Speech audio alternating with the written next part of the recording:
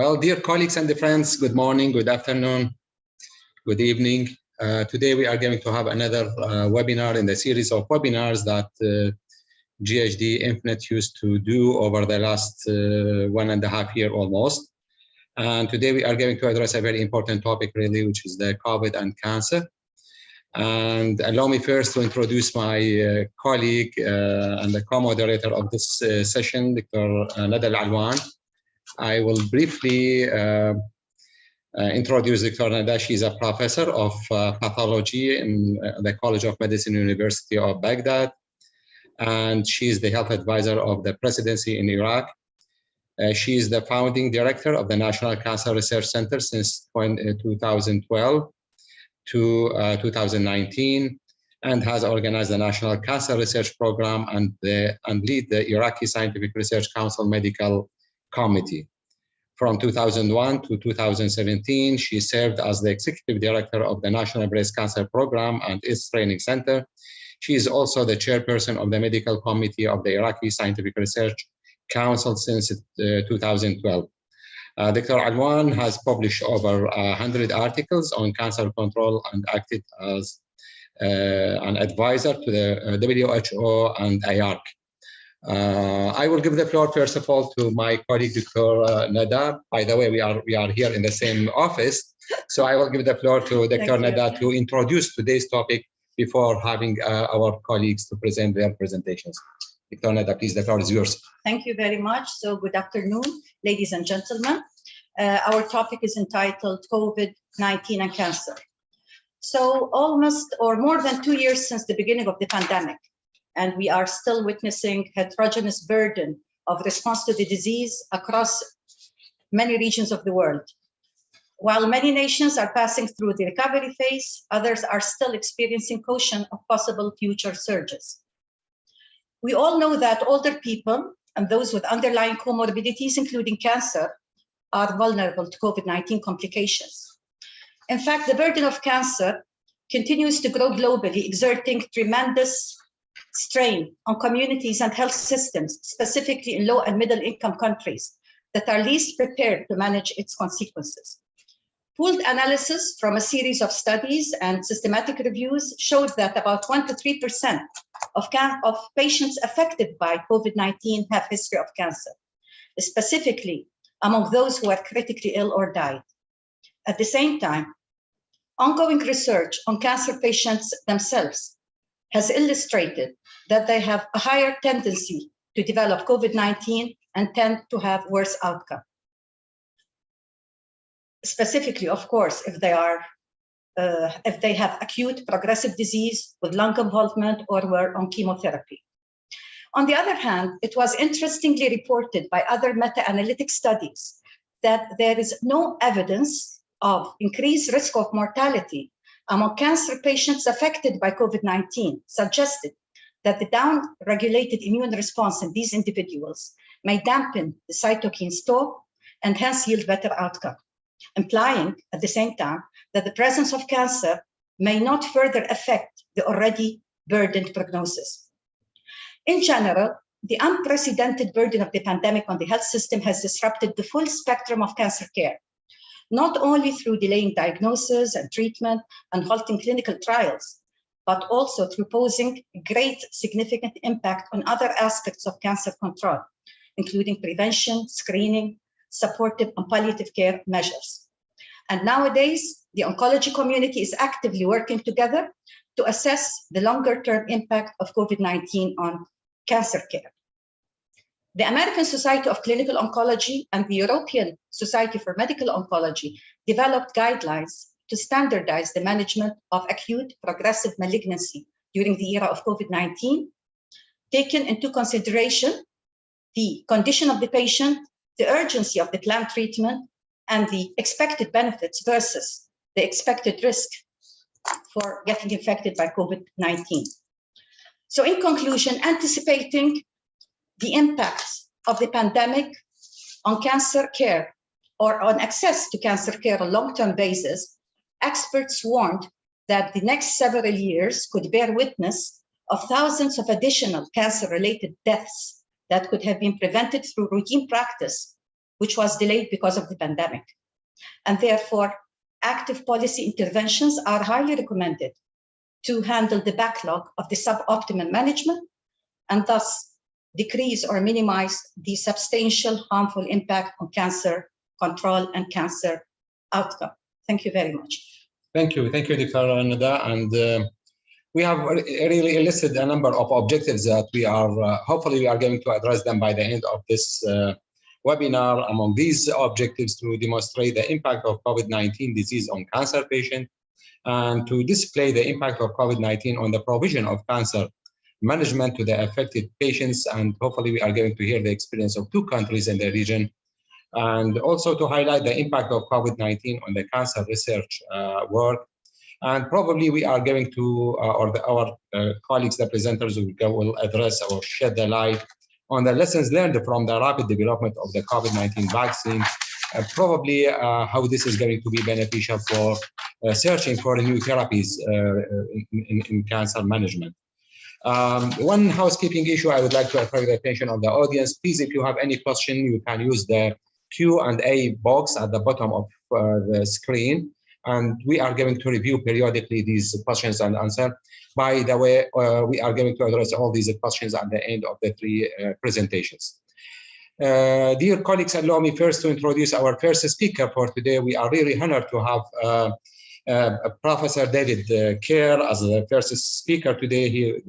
Professor Kerr is a cancer medicine professor at the University of Oxford. His work in colorectal cancer research and treatment has earned him international acclaim. Professor Kerr has published more than 400 papers in scientific journals and authored over 20 books. Professor Kerr was elected fellow of the Academy of Medical Sciences in 2000 and president of the European Society for Medical Oncology. He was also elected fellow of the European Academy of Cancer Sciences in 2010. He has built 2 institutes of cancer medicine in Birmingham and Oxford. He has brought worldwide attention to the looming epidemic of cancer, which will claim the lives of more than 1 million Africans every year. Professor Kerr, we are very honored really to have you today in this webinar, and the floor is yours. You have 15 minutes to present your slides. And as we mentioned, we are going to keep all the questions and answer after completing the 3 presentations. The floor is yours, sir. Please. Shukran. Shukran. So lovely to be on this panel. So thank you to Dr. Faris, to Dr. Nada, and to Dr. Khalid, and to our friends and colleagues who are listening and watching from around the region. So I'm bringing warm words of welcome from Oxford. And as you know, I'm very proud that my university had such a positive role during the COVID pandemic with production of the vaccine and the recovery trial, which I think made a major impact in our global capacity to deal with the disease. I'd like to talk a little about the impact of COVID on research, but to start a little with a piece of work that we did right at the beginning of the pandemic. We set up a national COVID registry for all cancer patients. And as with everything in COVID, we did this rapidly and in real time. The single most important question that I wanted to ask at the beginning of the COVID outbreak was, it's safe for me to give chemotherapy? And without going into details, if we look at the red boxes here, we looked at the mortality from COVID. And these were patients who had chemotherapy within 4 weeks of COVID-19 infection. And what we see is that the number of patients who died was the same, regardless of whether they had received chemotherapy or not. And that allowed us to develop a set of guidelines about how we would continue to give chemotherapy throughout the COVID pandemic. And indeed, our guidelines influenced those in ASCO and ESMA, as Professor Nada has already said. So we published this in the Lancet, but that was an important piece of work for us to do. How have we moved trials forward? Because conventionally, clinical trials require patients attending clinic, monitoring visits, and in the digital age, as we have learned to communicate through Zoom, we thought it important to refocus activity in clinical trials because of lack of clinical staff, revised use of clinical facilities, and much of our hospital was given over to management of the first wave of COVID patients. And of course, imaging and the other tools that we use to assess cancer, cancer volume, cancer burden, were prioritized for COVID patients. So we had to decide how we would respond in that way. My host organization, the University of Oxford, gave us a set of guidelines pushing the patient at the heart of all that we do, and particularly patient safety. So in terms of continuing any trial, we had to look at the risk-benefit ratios as to whether we would look after ongoing participants or bring new patients in. And some of our hospital networks halted recruitment.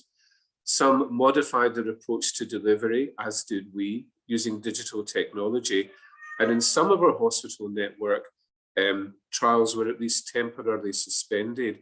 So there was a lot of confusion at the outset as we refocused existing resources to deal with those patients who were most sick.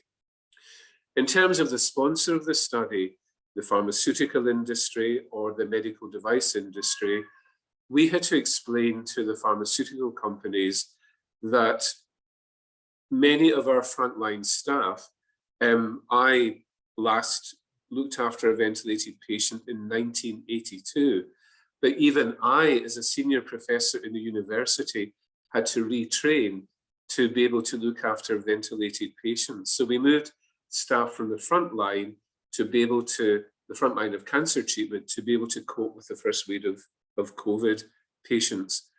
Monitoring activities were difficult. We did not want people from the pharma or CRO industry coming into our hospital when COVID was at its peak. We felt that we should collect only the minimal key clinical data.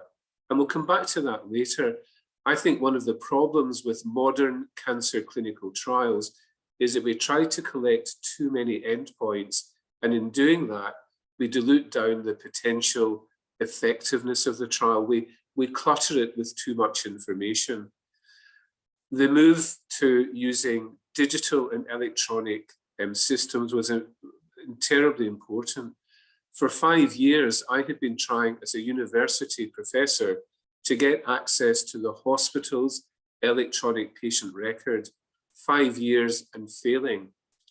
With COVID coming within 5 days, because of the emergency situation, I was given access to the electronic patient record, working from home very quickly. So in some ways, we could use the COVID pandemic to modernize our approach to capturing digital data in clinical trials. So remote monitoring of the electronic health record is a good idea. We made it work. We continued all of our clinical trials, actually. Problems about confidentiality. If I'm working from home, I'm speaking to you now from my kitchen table, which for a year was my clinic. We delivered all our clinics from home for some prolonged period of time. And what you don't want to do is to leave confidential information lying around one's home. And therefore, we need very clear instructions as to what data would be available and that would be consented to by patients, and that the data would be governed within a protected and safe environment. Changes to monitoring visits.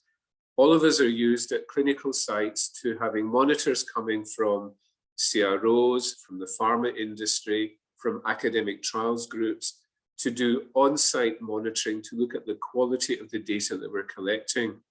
That became impossible for a prolonged period of the COVID outbreak in the UK.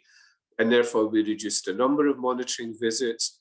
We did these electronically. We did these using messaging devices like Zoom and Teams, so that we could maintain the balance of monitoring, but reduce and minimize the extent of the monitoring visits. And we did that without at all reducing the quality of the clinical trial data. So I think probably we over-monitor clinical trials, and there could be cost and efficiency savings by reducing the element of monitoring. We have a saying, and I hope it doesn't seem too cynical, don't let a crisis go to waste.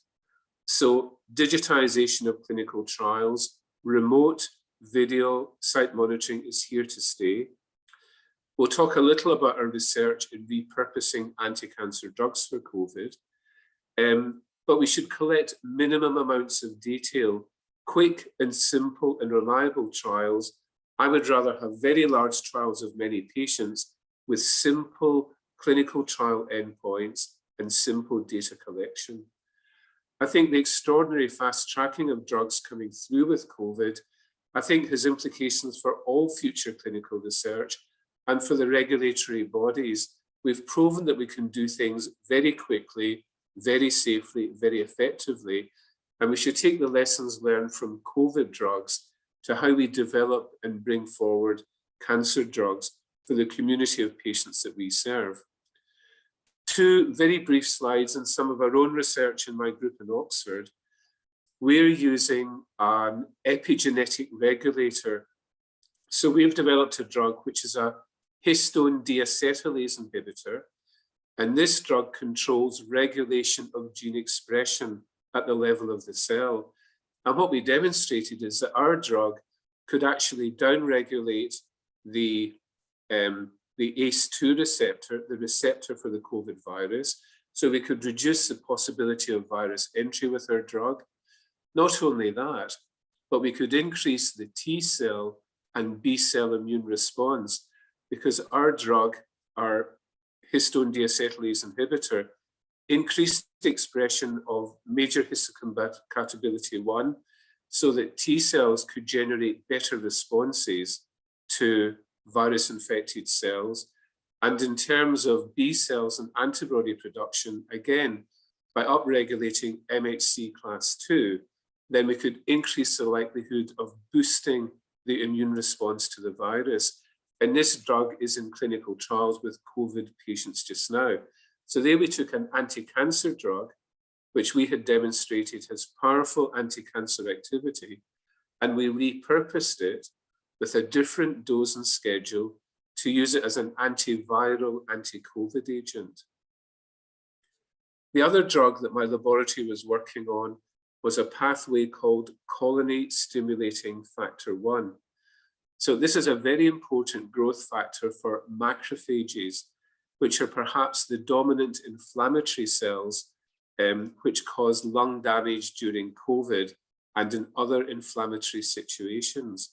And again, using some mouse models and collaborating with our immunology colleagues in Oxford, we showed that our very highly specific monoclonal antibody, which binds to the CSF, the colony stimulating factor 1 receptor on macrophages, could dampen down the inflammatory response, reduce pulmonary damage in our mouse models, and in early clinical trials seems to reduce the degree of inflammatory pulmonary damage caused by COVID.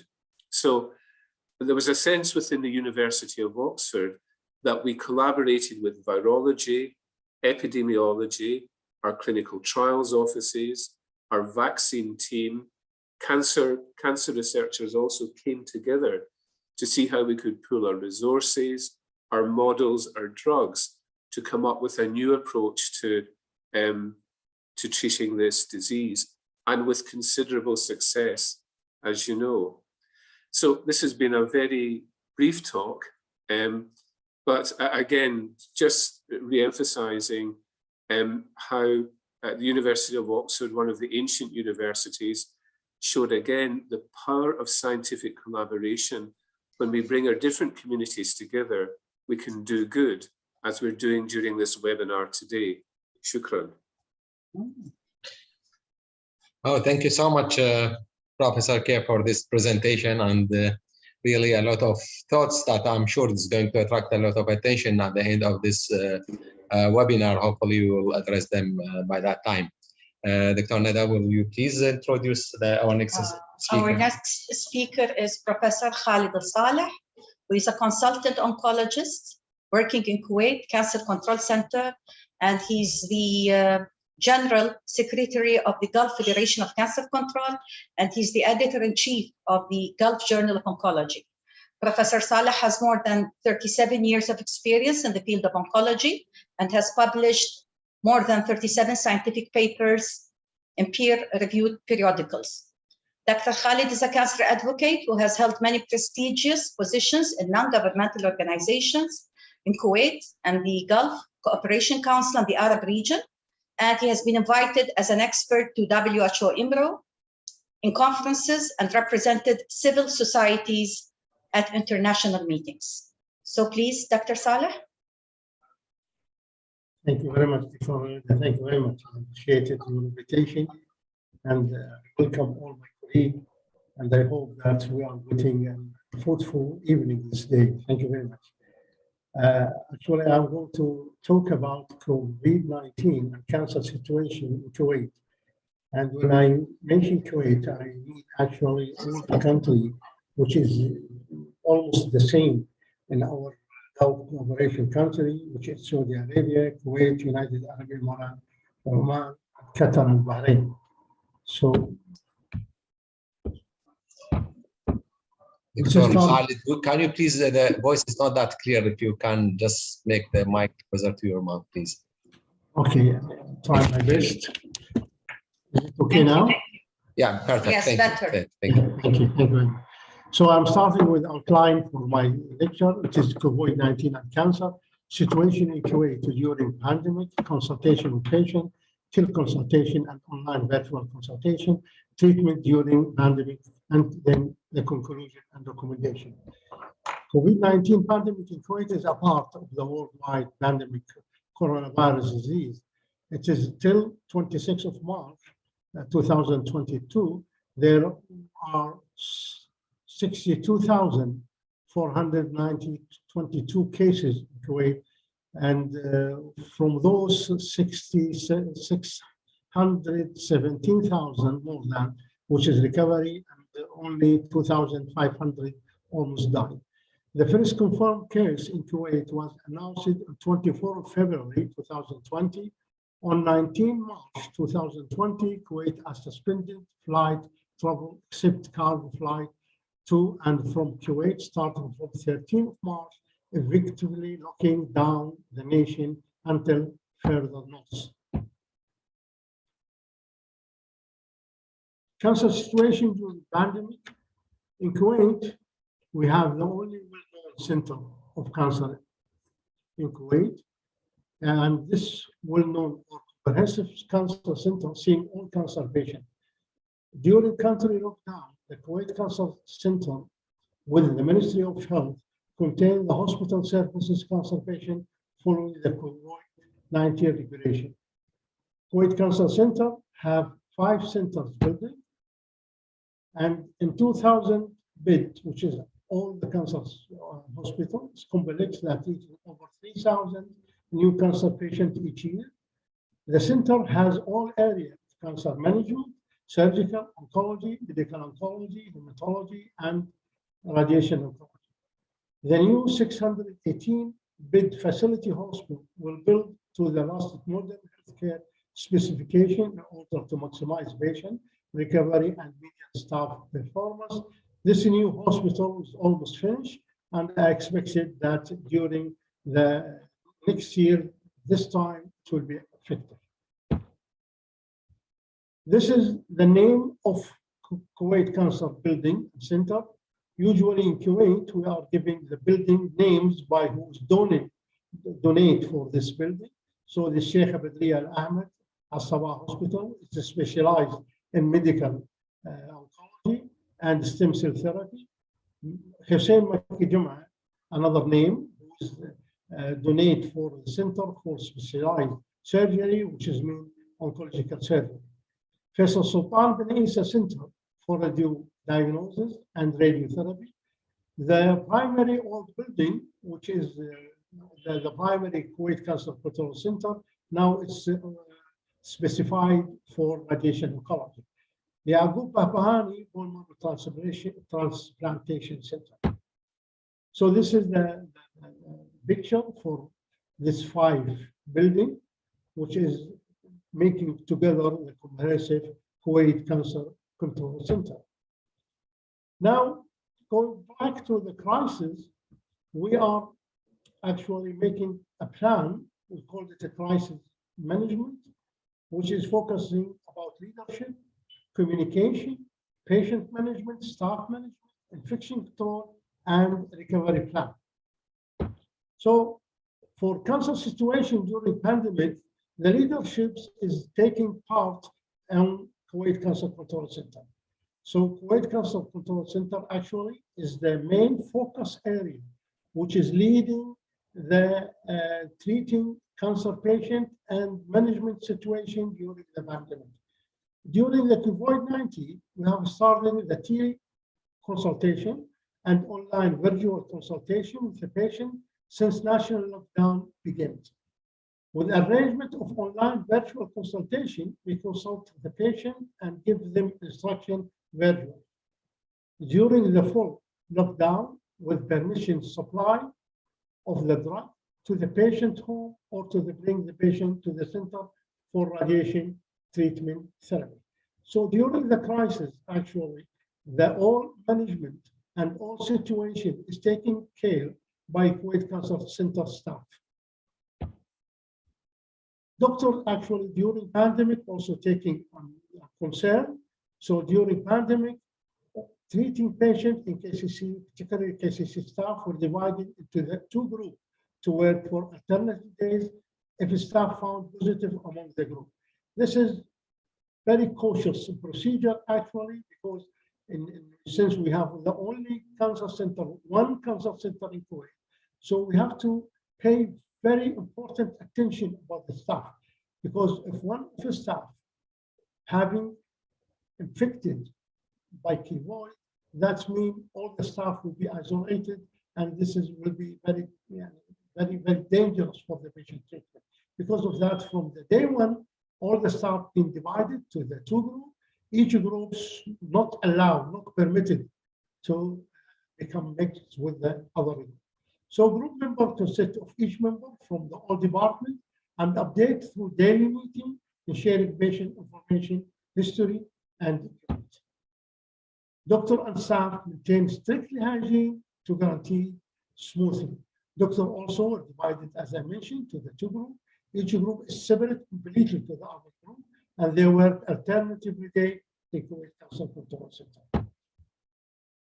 Now, what about the treatment during the pandemic? For the patient management, we made a special work for any suspicious and well isolated them from other patients. Radiology, radiotherapy machine, and other machines were stabilized after each treatment or each investigation. After 3 to 4 of each patient who treated in KCC being informed that they should not come unless they are being called, and each department has hotline number for their patient to contact them for consultation and to solve minor symptom and sign. Any major symptom, patient actually can come to the Kuwait Cancer Control Center, where a special outpatient is made for taking the consultation with perfect hygiene and separation for each who is coming to the Kuwait Cancer Control Center. Pharmacy also playing a very important part during the crisis. All the staff is working, plus a lot of volunteers who are retired pharmacists and working with the driver to deliver the medicine to patient home without they need to come to the center during the lockdown. The committee formed and followed up with the situation daily and weekly to report about situation. Surgery, actually, we know that how important is surgical oncology, working with the patient, and how important is not to stop surgery during the crisis. So all surgery were done, but under the COVID-19 committee restriction and after necessary investigation and stabilization before and after the surgery. If any staff affected and sign and symptom of COVID-19, he was to report and to keep outside hospital tailgate negative. On the same side, all the surgeons not allowed to treat by one group, and they divided to two groups, exactly the same as another oncologist in Kuwait Cancer Center, and all the departments and all the staff will be sterilized and hygiene before and after finishing their surgery. Of course, the Cancer Control Center actually having a lot of patients with cancer need, as we know, need support, social support, family support. So we cannot stop visiting to visit there, but we are having visitors not allowed visit patients unless they are being investigated for negative COVID-19 and would have hygiene control dressing. We have also limited the time of visiting up to 2 hours per day under the strict control and operation. All the patients and doctors who enter the center should pass through a machine, measure their detected temperature, and all should wear masks and gloves before entering. Drug and food, which is also under a monitor, medicine and food supply are all being covered and backed with hygiene measurement, and all instrument inside was disposable. Any investigation and tests being controlled by special conditions. Patients who have COVID-19 positive were isolated in special ward, which is in Kuwait Cancer Control Center, and his or her condition was continuously monitored and was shifted to the specialized hospital for ICU volunteers. Of course, in Kuwait Cancer Control Center, we are working together with non-government organizations. And actually, during the crisis, non-government organizations in Kuwait playing very important role, very important action to help the patient, to monitoring also their need, and to try to be in mediate between the patient in home and Kuwait Cancer Control Center. So they are also not stopping awareness and prevention to help patients in their home. And like Cancer Aware Nation, which is CAN, did a lot of effort to communicate the patient during the pandemic. Of course, CAN reassure and providing the necessary supplement like medicine and food.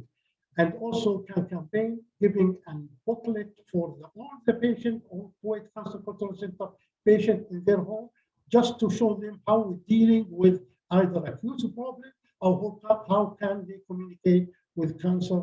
And they are creating a hotline to contact with the patient to be sure that they are in contact. Can also provide transportation services according to the Kuwait Cancer Control Center regulation. Also providing a hotline number to cancer patients for counseling and reassure them, as I mentioned earlier. So in conclusion, in spite of lack of experience in the whole world and Kuwait regarding the pandemic, Kuwait with the Gulf area, which is almost the same procedure they are taking, was one of the country activated the monitoring and the prevention procedure against pandemic. This pandemic pay attention to the importance of tropical medicine and virology specialists, and the related studies still need more staff in this specialty. One of the most important challenges in Kuwait and the Gulf area is the interaction between health services, social needs, and political interference. We recommended actually that medical crisis should be held by a higher committee with members of different aspects, including health staff, parliament members, social specialists, and media specialists to guarantee the prevention of more comprehensive solution and result. And this is actually what is done in Kuwait, but the only lacking of members is the parliament member. Because of that, we are finding a lot of criticizing of procedure from the politics people, because they are not staff. They don't know actually what is the procedure exactly done. So we are recommending that the political people should be one of the staff members in the high authority, just to know the effort that been spent for controlling this crisis. Thank you very much for your attention. Thank you.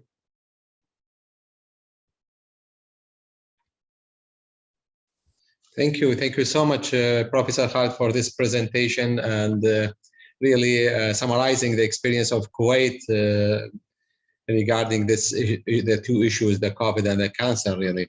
And now I'm going to give the floor for Ms. Nasreen Qatamish, and Ms. Nasreen is the Director General of the King Hussein Cancer Foundation, and in this role, she is responsible for overseeing the foundation fundraising and development efforts, driving global advocacy programs, raising public awareness on early detection and prevention, as well as cancer coverage and patient support.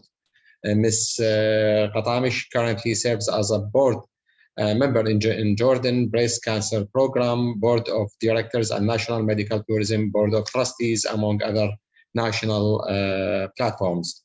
She served as the director of the program, where she worked on successful intervention in fighting against breast cancer on the national level in Jordan. Ms. Qatamish is also known as the leading promoter and advocate for gender equality, cancer prevention, and early detection. Ms. Qatamish, you have 15 minutes to present your slides, and hopefully following your presentation, we are going to address the questions and answer that are appearing now in the Q&A. Please, the floor is yours. Thank you.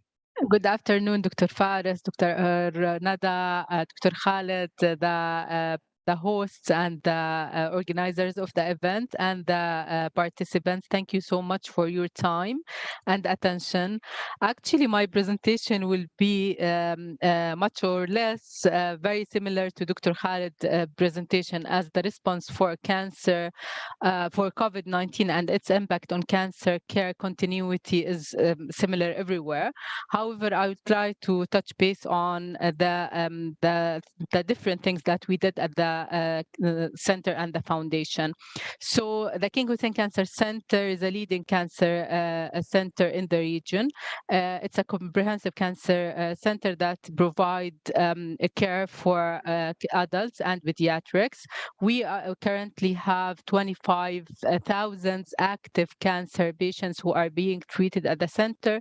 70% of them are Jordanians and 30% are non-Jordanians, including the Syrian refugees, other refugees and displaced people who are knocking our door to get access to the quality cancer care that we are providing, in addition to other patients who are coming to us from other countries as well. So this is an introduction about who we are. When it comes to COVID, as I mentioned before, the response here or there are similar, and we all know that COVID impacted the full cycle of cancer, starting from promoting healthy lifestyle to the prevention efforts, the diagnosis, the treatment, and the home care. The full cycle was impacted and interrupted by COVID-19, being by the change in the lifestyle and the habits of people, the change of the awareness priorities at the national level. Of course, there were huge limitations on the prevention programs and the awareness programs on the ground due to the lockdown measures and the shift of priorities of the public and the governments and the NGOs and everyone. And this also impacted the screening services and the provision of cancer screening services, which was limited, and even not only limited, but also stopped for a certain period of time. There were a huge impact on the diagnosis of cancer, and we are now witnessing the impact of 2 years of the shifting in priorities by going back to circle one of having cancer cases who are being diagnosed at a later stage with unnecessary delay in diagnosis. Of course, there were huge risks on the provision of care and the continuity of provision of care for the active patient at that moment. And I will now mention how we responded to that. Of course, we all know that Corona tested our agility and the emergency response at the national level and institutional levels and individuals levels as well. All of that, all of these examples, of course, are summarized in the shift on focus from NCDs to communicable diseases, and with a stress health resources being the infrastructure and the human resources, there were a huge stress and a huge challenge of the health systems to accommodate the continuity of care for cancer patients and other non-communicable disease patients. What we did at the foundation level, we adopted a multidimensional approach that addressed four areas. First of all, service continuity and continuity of care was number one priority for us, to make sure that patients continue their treatment without any interruption, without any delay. Patients and staff safety is another priority area that we developed a response plan to make sure that we meet. In addition to our communication and awareness efforts and positioning cancer as a priority amid COVID was really a challenge and an area that we went through and we developed a comprehensive communication plan to make sure that people's attentions are not shifted solely to COVID-19 without going back or giving any attention for cancer patients. And of course, we developed a comprehensive institutional plan for management of the response itself. For the continuity of services, we introduced and we expanded several services to make sure that we are our cancer care is not interrupted by COVID-19, and to make sure that also some of the services are being delivered to the patients in their home. For example, we introduced a home delivery service for medications, the monthly medications refill for our patients and active patients. We expanded our home care program for palliative care patients and for patients who are on follow-up. We introduced the virtual clinics concept for our services, for most of the patients on follow-up that they don't need to come to the center to get their consultations or follow-up. And we, of course, worked hard on securing housing of critical staff members near the center to make sure that the lockdown is not preventing them from accessing the center and attending their responsibilities.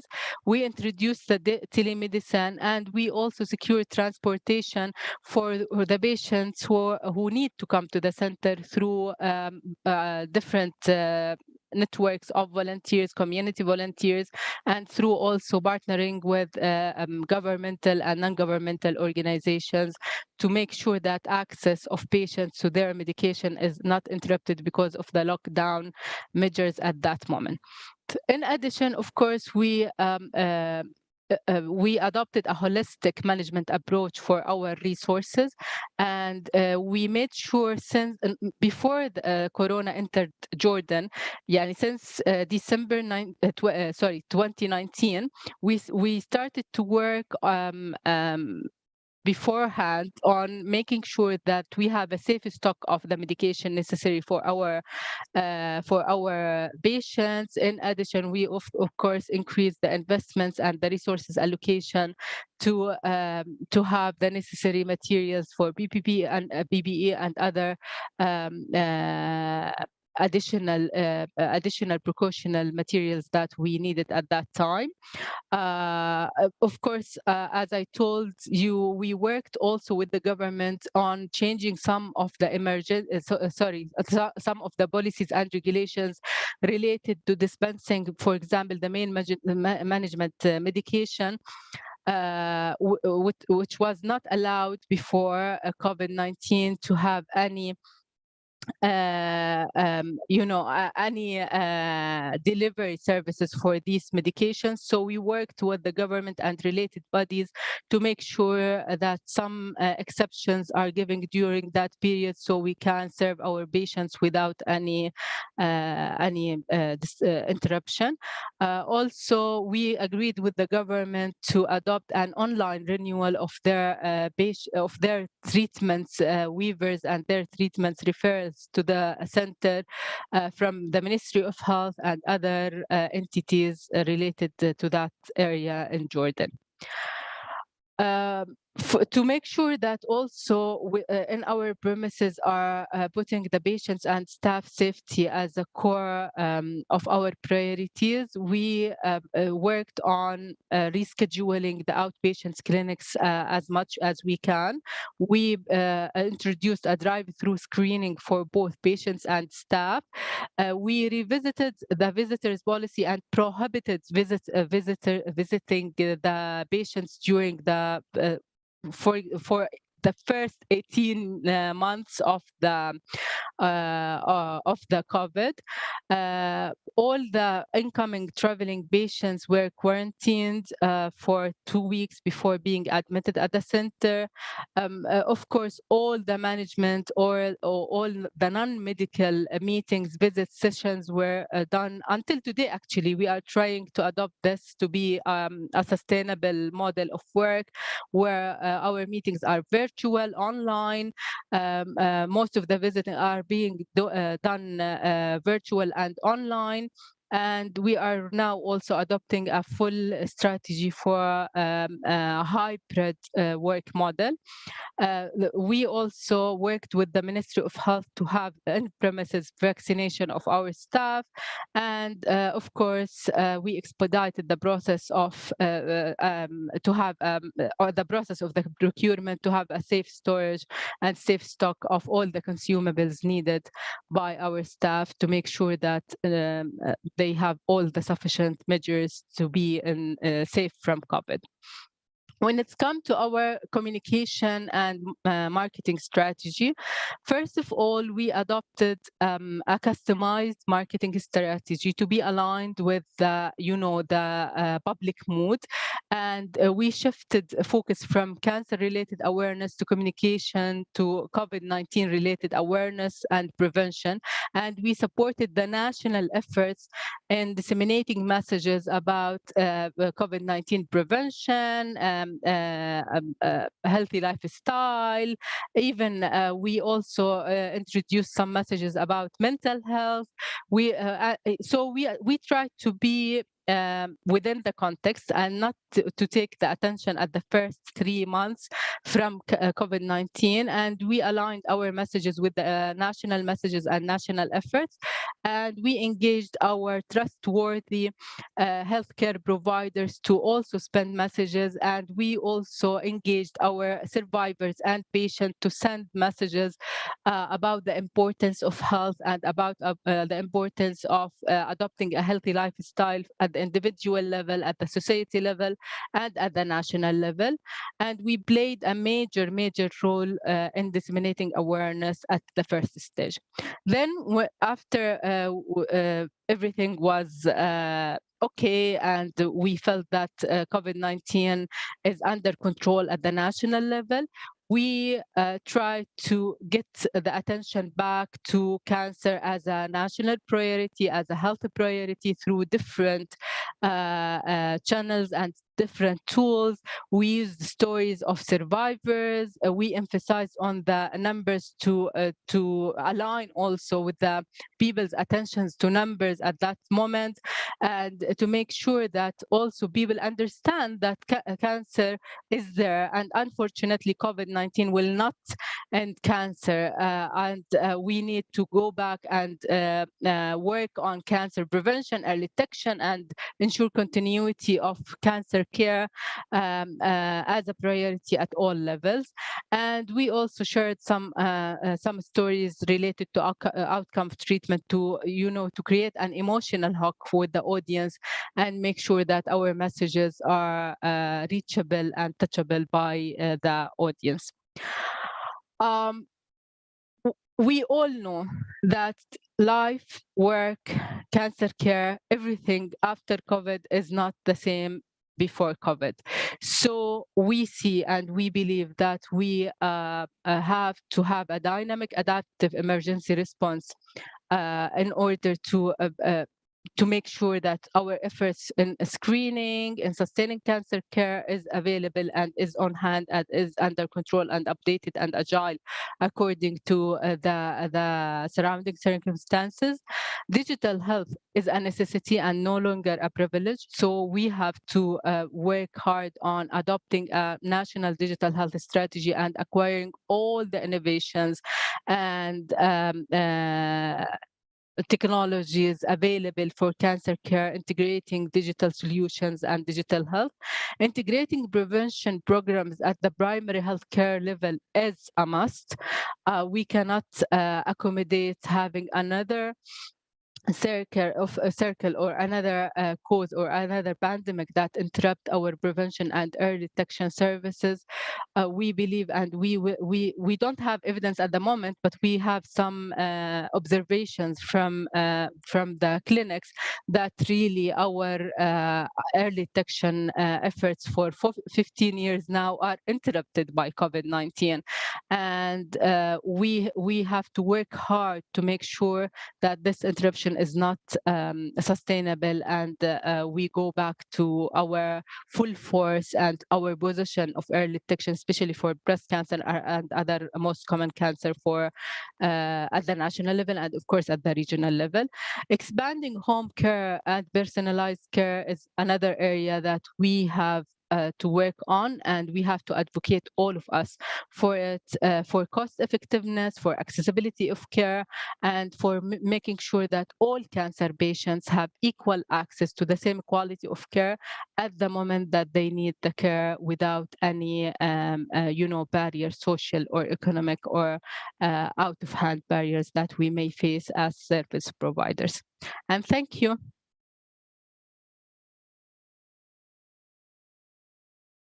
Thank you so much, Ms. Nasreen, for this very rich presentation and very thoughtful slides indeed. And in fact, we received a good number of questions, and we are going to distribute these questions between the panelists. So Professor Nada will start with okay, questions. So let's start with Professor David. Still there? Professor David? Where are David? So, Professor Khalid, what is the hypothetical mechanism of carcinogenesis in COVID-19 infection? Highly question from our colleague pathologist, Dr. Abdel Karim Mohammed Jafar. Hello, Abdel Karim. Dr. Abdel Karim, he's a lecturer in Baghdad University Medical College, and he has another question. Is there any documented cancer cases related to COVID-19? In fact, Professor Khalid, the question is regarding the prevalence or the rate of cancer patients among patients in general affected by COVID-19. So what was the rate of the affected cancer patients? Okay, this is not an easy answer this without proper statistics. But in Kuwait, in general, as a general, the cancer patient passing through two phases. Phases during the treatment, when the treatment itself can cause low immunity, and this people. Professor Khalid, the voice is not that clear. Please, if you can just sorry. take that. Now it's okay. I'm sorry. Yeah. Perfect. Problem. Thank you. Microphone. Anyway, the cancer patient is usually, when they are starting treatment, the treatment itself can causing the breast of the immunity for the patient. And those patients who have lack of immunity, they are actually participants to get a COVID-19 infection. Second thing, after the treatment of the patient still, after the finishing the treatment in recovery period, also they are in chances to have a low immunity and getting more participants to be an COVID-19 infection. So in Kuwait, we are actually not noted a lot of our cancer patients because of our procedure that isolated the cancer patient from any infection sources. Because of that, we can say that it's not more than 1% of our patients in cancer having COVID during either treatment or after recovery period. Thank you, Professor Khalid. Another question.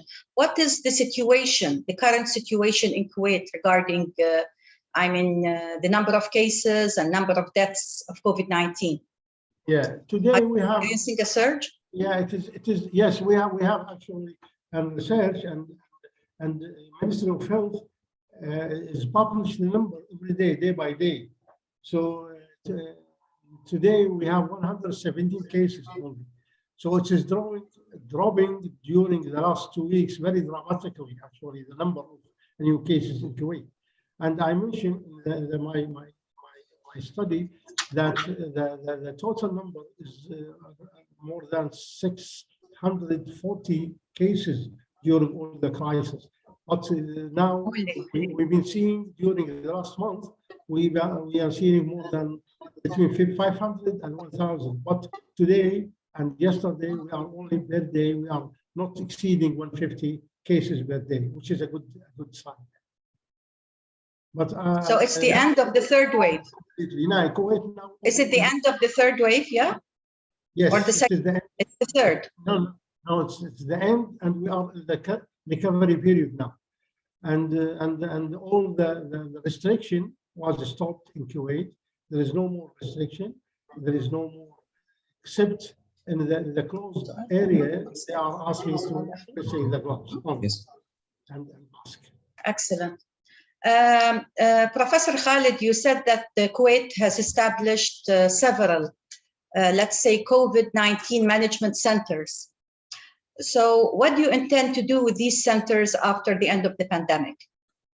I mean, are there? No, this is I don't mention this.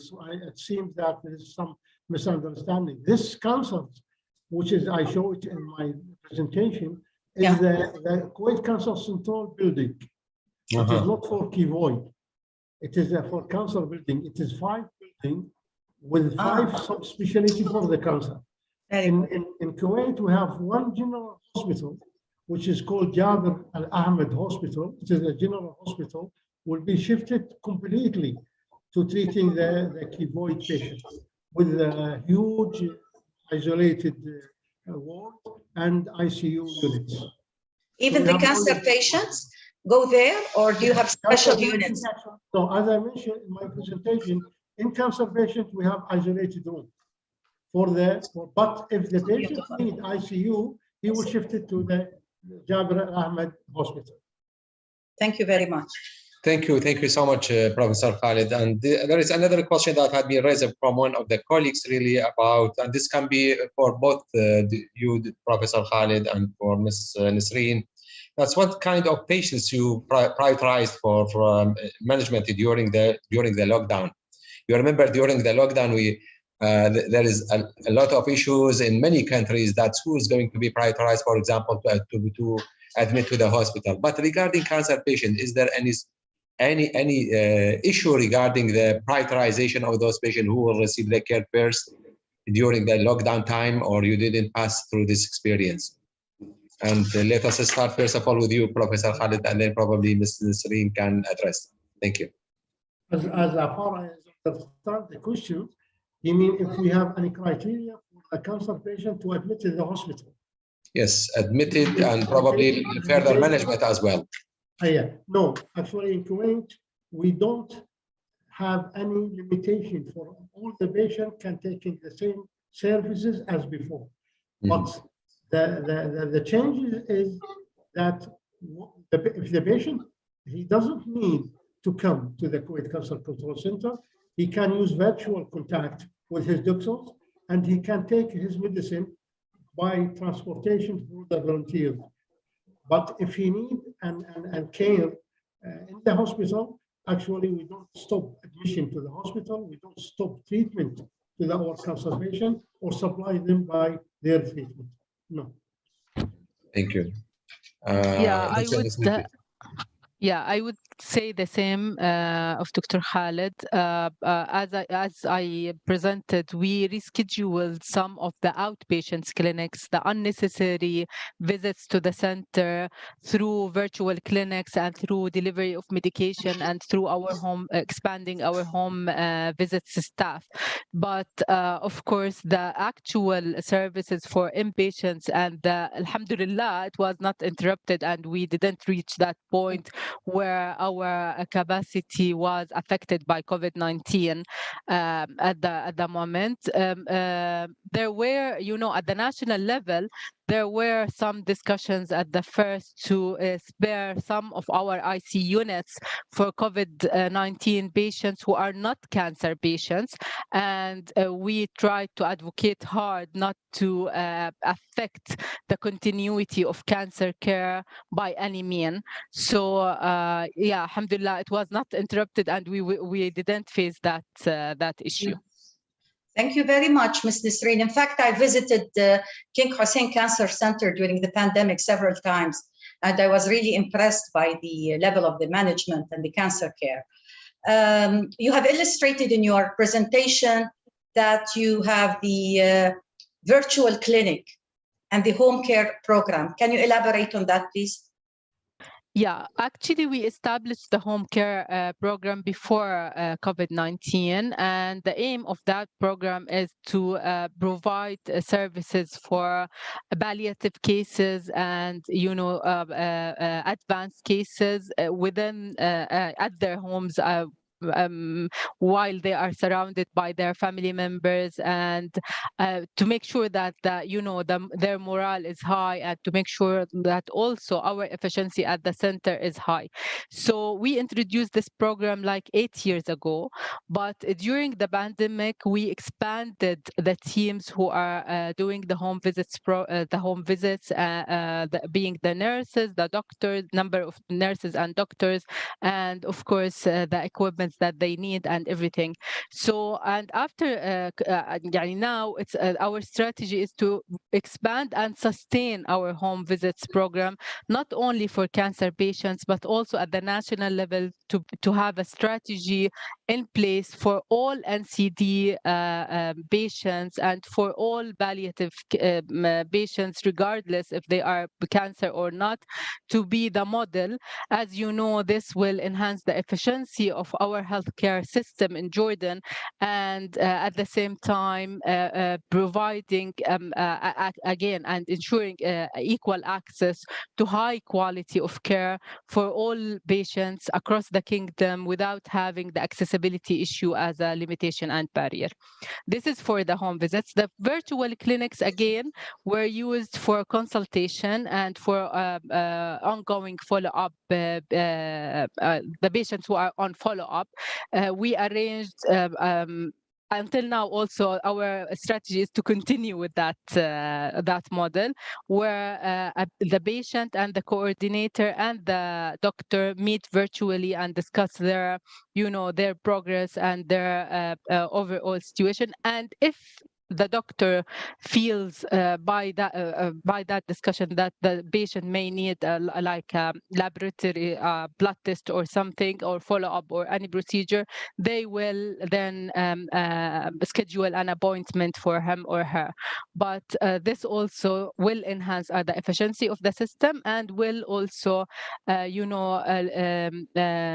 control the barriers and limitations for the patients, especially for those who are living in the remote areas, and especially building on the new concept and the new culture of people to accept virtual meetings and make use of their mobile phones and the access of technology to enhance the quality of life for people across the board. Thank you very much. Yeah, this is really great indeed. And I think, as you mentioned today, also we had a discussion in a conference here in Baghdad, and we also addressed the issue how things can change after the COVID-19. And one of the areas indeed is this issue of the virtual consultation, and even in the training and so on, it can be done on virtually. So this is probably one of the benefits of this pandemic, is expansion of this virtual communication, virtual consultation, e-learning, etc., etc. And even for consultation, not only, as you mentioned, not only for the cancer patient, but also for other non-communicable diseases as well, which is that require a close follow-up, and something like this can be done virtually. I think this is a lesson learned, and probably we are going to see some modification in the system in the health system in the future, and going to make some new shape for the medicine in the coming time. I have another question for both of you, just regarding the vaccination against COVID, and what strategies you adopted for cancer patients, and if you consider also the children with cancer. And I will start first of all with Professor Khalid, and then Dr. Nisreen will address also the same question, if you don't mind, please. Yeah, we have actually a special policy for the cancer patient for the vaccine.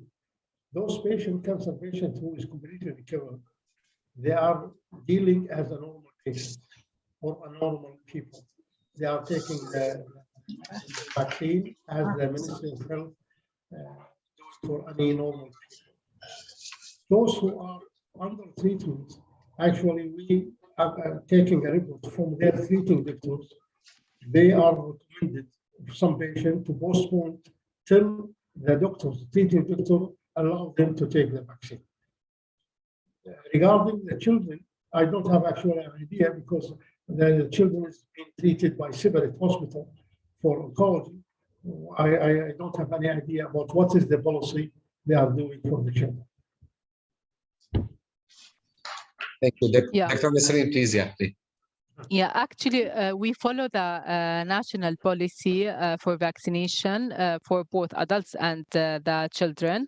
But for the cancer patients who are on active treatment, the main condition is to have the approvals of their doctors to be vaccinated, because, as you know, if they are on chemotherapy, this may impact their immunity, and having also the vaccination may have a side effect on them. So the condition for active patients is to have the approvals of their doctors to get vaccinated, and the doctors should counsel and should give them the guidelines on when and how to be vaccinated. For the survivors, they were given priority by the government. The government identified priority groups. Among them were the survivors of cancer to be vaccinated. So this accelerated the vaccinations of the survivors. There's nothing special about the children. For Jordan, it's the vaccination is available for anyone who is above 12. So this also applicable for the cancer patients as well. Thank you very much, Ms. Nisreen. And another question for Dr. Khalid. Does cancer-related therapy increase the risk of getting infected by COVID-19? Yeah, thank you, Dr. Yes, we have three modalities of cancer, either by chemotherapy and target therapy, is a systemic treatment, or by radiation oncology, treated by radiotherapy, or surgery. Actually, two modalities of this is related to the immune system in the cancer patients.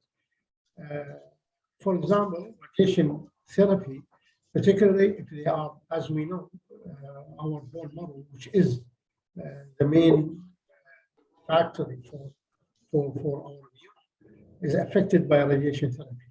So because of that, if the radiation oncologist is treating any patient in particular area, particularly in the pelvic, chest, where between 20 to 30% from the reservoir of bone marrow in the body is being hit by radiotherapy, so this patient is actually monitoring for his immune, not only because of the keloid, but only because of his general health.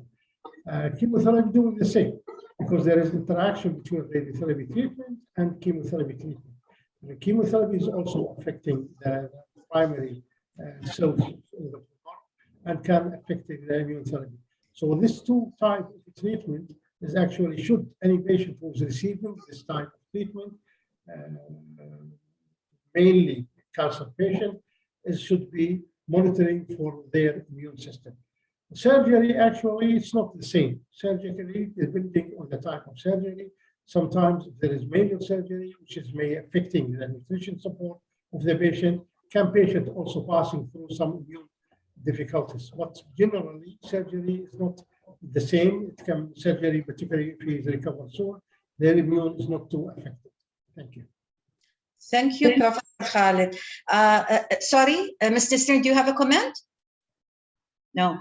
Okay, it's interesting by the fact to say that we have conducted a research together with Professor Faris on the deceased individuals from COVID-19. You know, those who have died from COVID-19, and found that not on cancer patients in general, those who have died from COVID-19, and we analyzed about more than 5,000 cases who have died from COVID-19 in Iraq. And it was very interesting to show that about 49% had cardiovascular diseases, about 40 had diabetes mellitus, and the prevalence or the rate of cancer patients among those were only 1%. Then I asked our colleagues who work in the oncology teaching hospital, did you observe any increase in the prevalence of death among patients receiving chemotherapy or among patients, cancer patients themselves? They said no. And then, when I looked in the literature, I noticed that there are other meta-analytic studies that showed there's no increase or no evidence of increased risk of death among cancer patients affected by COVID-19, as I said in the beginning, suggesting that the downregulated immune response in these individuals may dampen the cytokine storm and hence yield better outcome, implying again that the presence of cancer may not further affect the already burdened prognosis. So, that's why this controversy really demands further research on this issue itself. Yeah, I agree. Thank you very much. There is another question, Victor. Sorry, go ahead, please, Professor. Go ahead. Actually, those studies who's monitoring the cancer patient, usually they should put in consideration that the cancer patient is treating in a special way. It is an old patient. When the crisis, for example, coming to our cancer patient, we are actually putting our cancer patient under measurement, under covering, just to protect them from the infection. And this is actually, if we are doing the same for any cardiovascular system patient or diabetic patient, maybe we'll see the same, that this related diabetic patient with death by keloid. But the only cancer patient, I think we are taking the most concern about avoiding them for being affected by keloid.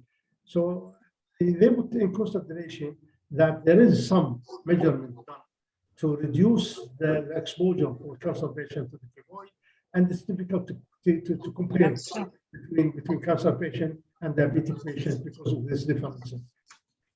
Thank you very much. Yeah, thank you. Another area that had been raised by one of the colleagues really about the long COVID. And as you know, people are talking now about the long COVID disease, and different definitions had appeared about the long COVID, what type of symptomatology, when we consider that patient as a long COVID case, and so on. But the question here is that, again, I think COVID is one of the diseases that make a link between communicable and non-communicable disease. It is a communicable disease, but it increases the prognosis is worse among those with non-communicable disease. But on the other way, does long COVID increase the risk of, again, this is a hypothetical, too early to address this particular question, but it has been raised by one of the colleagues. Does long COVID can increase the risk of certain types of cancer among patients who already they are free from cancer currently? Is there a possibility that COVID can be one of the carcinogens, let us say, just like many other viruses?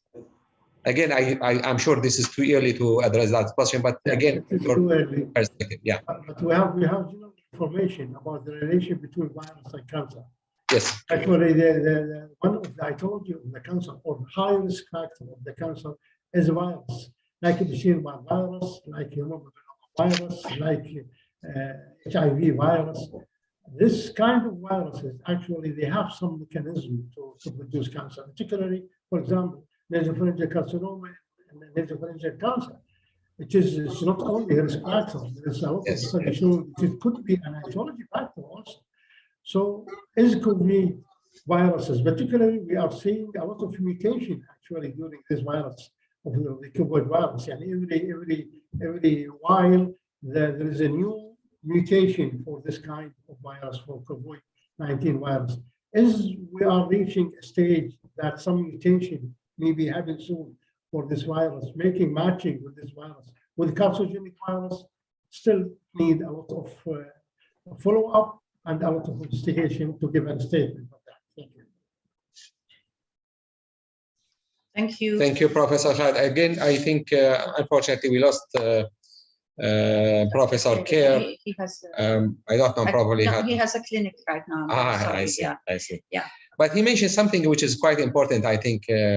He mentioned about the access to the files remotely and so on. He mentioned that he spent 5 years in order to have this, but all of a sudden in 5 days he got it. This is something that sometimes these crises can make a lot of good changes sometimes. And he mentioned that don't let the crisis go to waste. So this is one of the areas that we don't want the crisis to go to waste, indeed. So, but there was really, I had followed the progress of developing the vaccine since the beginning, and the most optimistic people at that time, they say we need at least 2 years, even more, to have the vaccine. But later on, in fact, we got the vaccine within very short time. I mean, how can we get use of such a lesson regarding different types of anti-cancer treatment? One of the points that had been raised by one of the colleagues of the audience, he mentioned the issue, for example, in particular for the mRNA vaccine, which can be, again, it comes from the arena of cancer, and it can be used in the area of the COVID, and can be sent back to the area of cancer management again, probably with more emphasis and more stronger push toward achieving some new therapies in this area. I would like to hear from you, Sarah, and from Nisreen as well. Thank you. Yeah, we should appreciate it, actually, the research against cancer. Research against cancer, particularly when they are focusing about relation between virus and cancer, this is what is taking the benefit when the corona hit the whole world. Because this lab who is doing the investigation, they are actually who is capable to do more investigation to reaching this vaccine. So this is one of the advantages when you are doing a research for the cancer, and when anything coming outside this field, you can take the benefit of your research. Actually, virology and the cancer need a lot of effort. It needs a lot of focusing. I think virus is one of the subspecialty needing more specialized and more brilliant people, particularly in the cancer field. Now we are seeing how important is a mutation which is affecting the cancer. Now the cancer, during 20 years, cancer completely is turned over, completely changing the idea of the cancer. Cancer before is completely different from cancer 20 years ago. Why? Because we are changing our think about the cancer. We are now believing that the cancer is inherited disease. It is a mutation gene disease. It is a gene disease. What is that can cooperate with the gene? What can react with the gene? The smallest organism in the whole world is the virus. The virus can enter the gene, can mutate the gene. So studying the gene actually can open a lot of windows for the cure of the cancer, for understanding more to the cancer, and also to understanding for infectious disease related to the virus. So that I think COVID-19 and virus study actually will be open in the near future, a big window for research related to the cancer.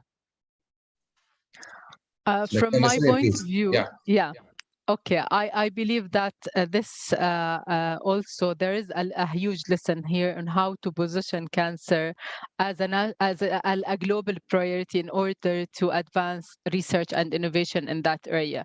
So we have also it's our responsibility, the cancer advocates community, really to position cancer as a global priority similar to COVID-19 and make sure that there are proper resources allocated for research and innovation, and an accelerated process of adoption of different options of drugs and technologies and guidelines are adopted and accelerated. And there are huge lessons there to be used for our case in cancer. But of course, the main lesson is really how to work on putting cancer on the top priorities of political agendas and everyone agendas at the global level in order to achieve what we are aiming to achieve for ending cancer.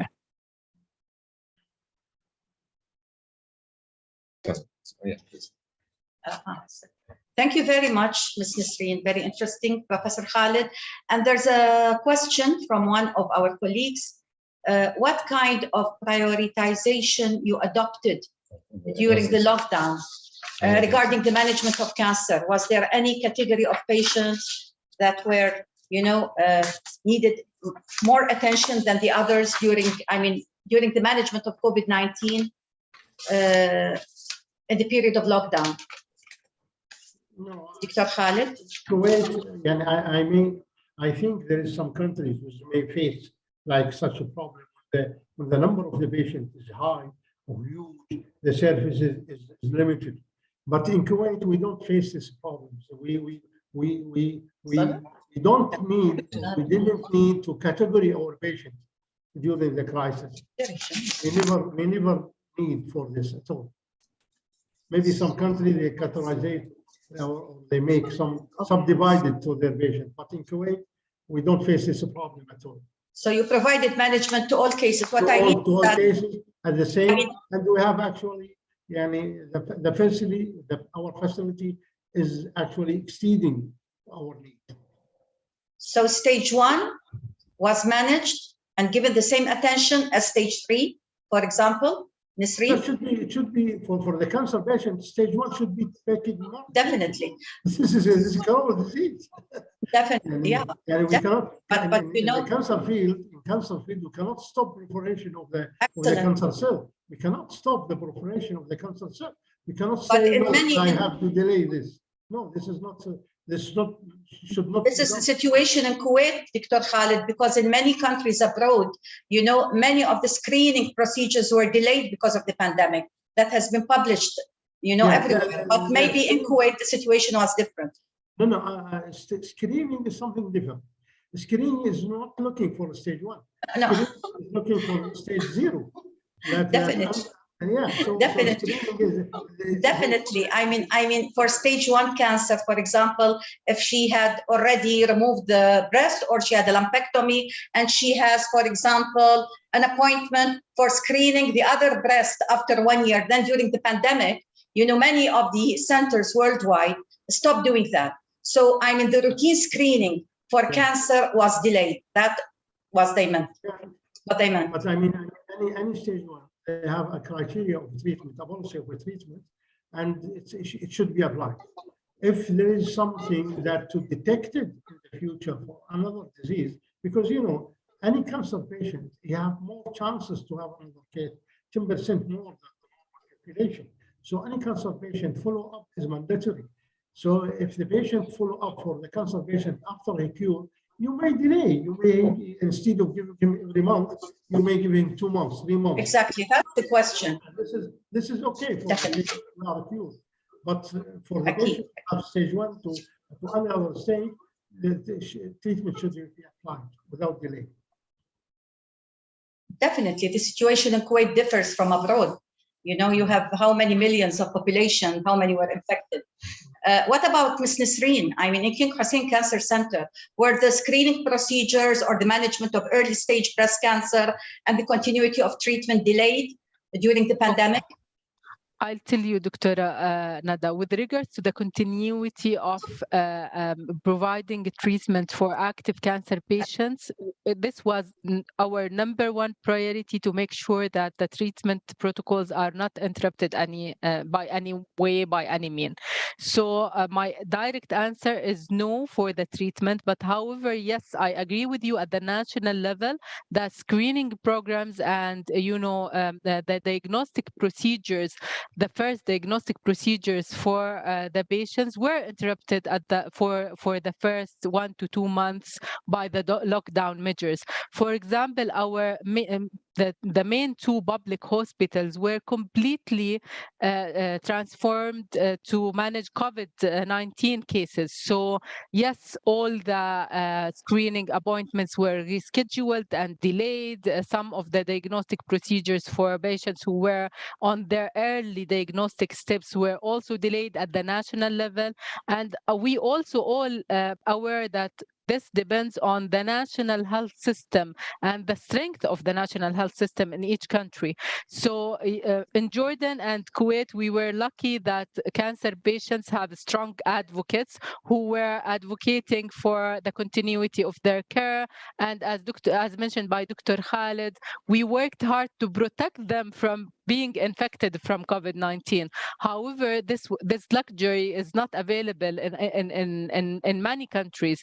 As I told you at the beginning and the inception phase of COVID-19 in Jordan, we were asked by the government to convert 2 of our ICU functions or floors for COVID-19 patients who are not cancer. So if we agreed on that, then the continuity of care for cancer patients, could be a disaster. So yes, we were lucky that our cancer patients in Jordan have strong advocates, but we do understand that also this luxury is not available in all countries. COVID-19 affected the infrastructure and the health systems across the board, and of course, continuity of care was interrupted at so many levels. Thank you very much. Thank you, Dr.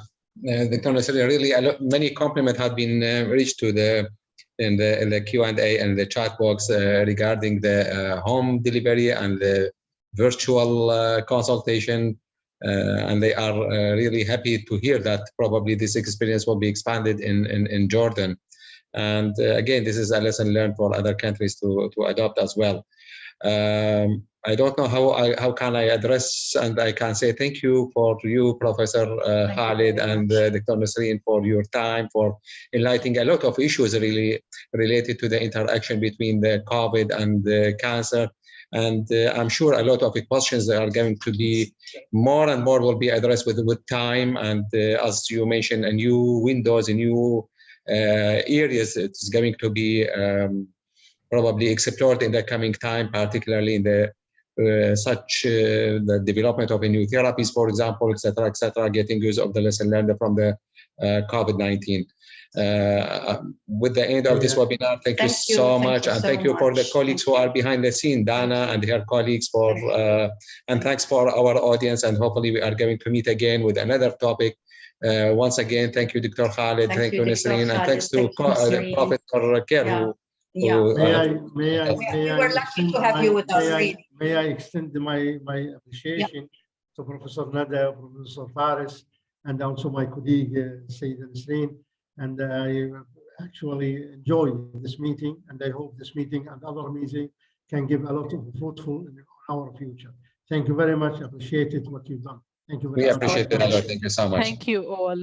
It was really my pleasure also to join you. Thank you so much. Thank you so much. And wish you a very good day. Thank you. Bye-bye. Thank you. Bye-bye. Bye.